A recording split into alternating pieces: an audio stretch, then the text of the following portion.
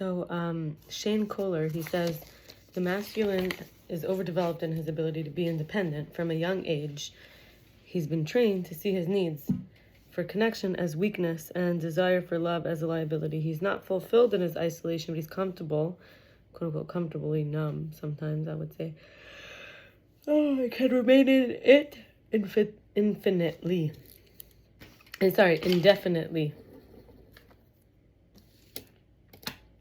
This inherently puts him in an unfair position of power as the feminine is desperately seeking from him something he's learned to live without. Although I don't think so. I think that there are certain times where the woman loves him in a way that may take him time. It penetrates eventually, but, he might want to be independent. Turns out that he plays himself. Big Phoebes on Instagram, P-H-E-E-B-S. So B-I-G-P-H-E-E-B-S. She says healthy relationship terms. And these are things that you have to think about. I'm going to pause after each one just so we can sit with it. These are necessary in a healthy relationship. Mutual respect. Healthy communication.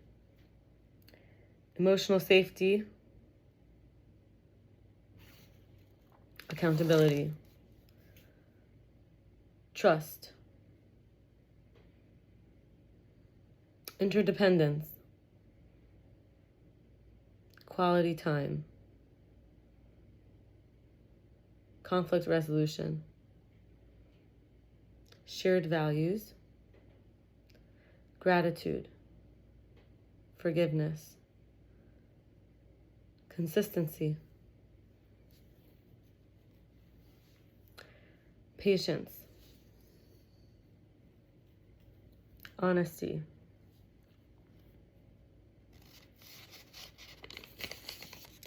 Repair. Empathy. Intentionality. Autonomy.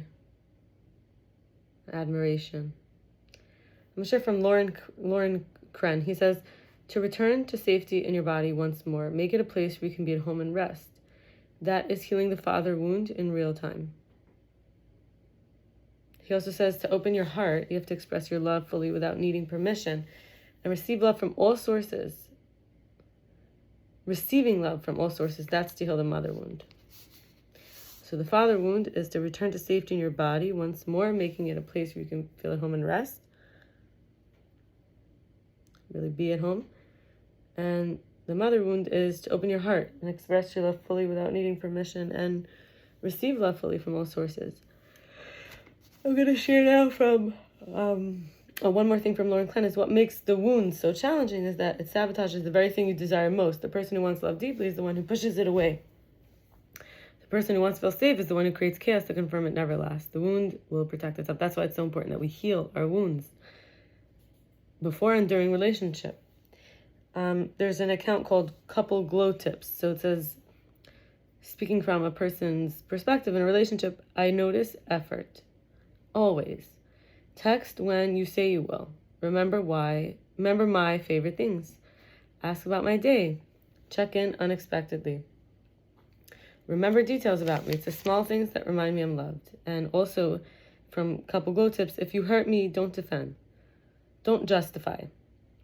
Don't make me feel guilty for expressing pain. Own it, fix it, grow from it. I don't need you to be perfect. I need you to care enough to take responsibility. Now we're going to hear a few things from the Secure Relationship account about empathy, comfort, and vulnerability. Empathy is when I'm willing to step into your world and feel some of what you're feeling along with you. I'm willing to treat you with compassion. Comfort is when you're struggling. I'm willing to hold you, talk to you, sit with you, hear you, make you tea. What will help you? I can't take your bad feelings away, but I can make sure you know I care. And vulnerability is I invite you into my world. I want you to see and know the real me. My thoughts and feelings, my feelings, I don't want to hide from you.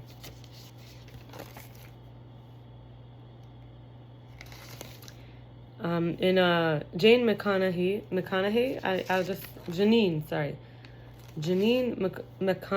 McConnaughey. So her name is spelled Janyne. And her last name is McConnaughey. She says there's normal responses to unmet needs and trauma that we should keep in mind. She says on the resilience side, so this is when a relationship is created to thrive. And on the survival side, this is the relationship created to survive. So let's start with the survival side. There's false internalized messages, trauma, attachment, wounding. Let me say it without yawning. False internalized messages internalized that are false, attachment, wounding. This comes from attachment. Unmet needs, so needs but that were not met, and trauma. So what are some responses? Lying, manipulation, attention seeking, anger, fear, and numbing. What about created to thrive? This is resilience. So it would be truthful. So self-resilience, esteem, love and belonging, safety, including physiological. And so what are some responses? To be truthful, to be cooperative, to be independent, to be calm and secure, and to be engaged. So the Princeton Review on Instagram shares about thinking, and I thought that was interesting because it talked a lot about emotions here, and I think there's this, we call it the mind body. So let's say we call it the emotional body, and we have the mental body. So divergent thinking. So we can also use, I once learned that, it's a relationship between, how we think and how we feel. Am I here because I think, or am I here because I feel? So I want to go into thinking now. So divergent, and the ability to think in a certain way could be dependent on emotions or moods or feelings, and could also be the cause for emotions, feelings, and moods. Okay. Divergent thinking is the ability to generate multiple unique solutions to open-ended problems. We could see here that as I'm trying to lead to, is that our secure relationships, healing our wounds, not being in survival mode, and being able to be in a healthy relationship, and where the man is not isolated and the woman doesn't need to desperately seek anything from him. So together, we could actually see that the mental health is impacted, and we're able to be more resilient and cooperative. And the second thing here is convergent thinking, the ability to apply logic and knowledge to find the single best solution. As they say, two heads are better than one, but you have to be able to work with somebody.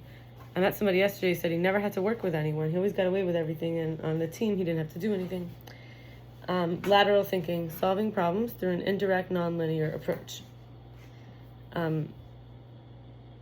Systemic thinking, understanding how individual parts affect the whole.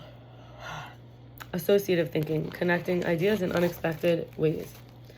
Uncovers links that logic alone misses.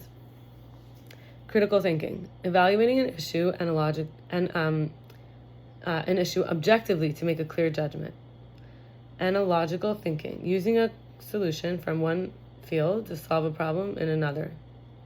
I actually heard recently about critical thinking. If you can't find your weakest argument and their strongest argument, that's how you know you're in critical thinking. When you're able to find your weakest argument, the weakest part of your argument, and the strongest part of their argument. Okay, I want to read the next one again.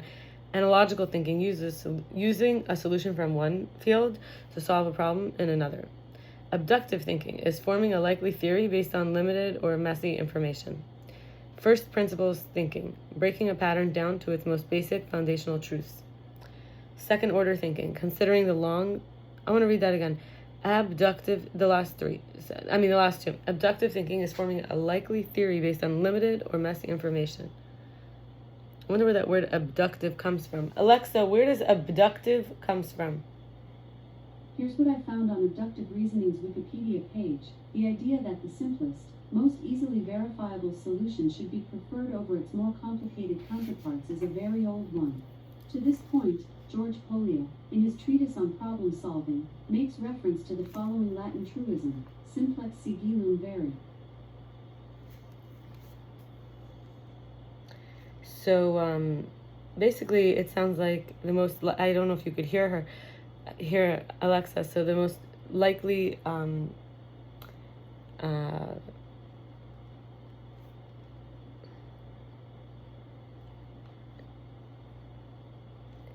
so basically find, and I heard it called parsimony, but she didn't call it that. She called it that it's most likely, the most like simplest explanation rather than long drawn out things. Okay, first principles thinking is breaking a problem down to its most basic foundational truths. I guess the fundamental building blocks of, like, to get into the principles so it doesn't feel complicated to deal with all the other stuff. Okay, we have 3 more. Second order thinking. This is considering the long-term consequences of a decision. Janyne thinking, holding 2 opposite ideas in your mind at the same time. That is something I find very interesting, and also to be a high level of cognition. And then metacognitive thinking is being aware and managing your own thought process. So the last 2 I find really interesting. That's all for now. All the best. Bye.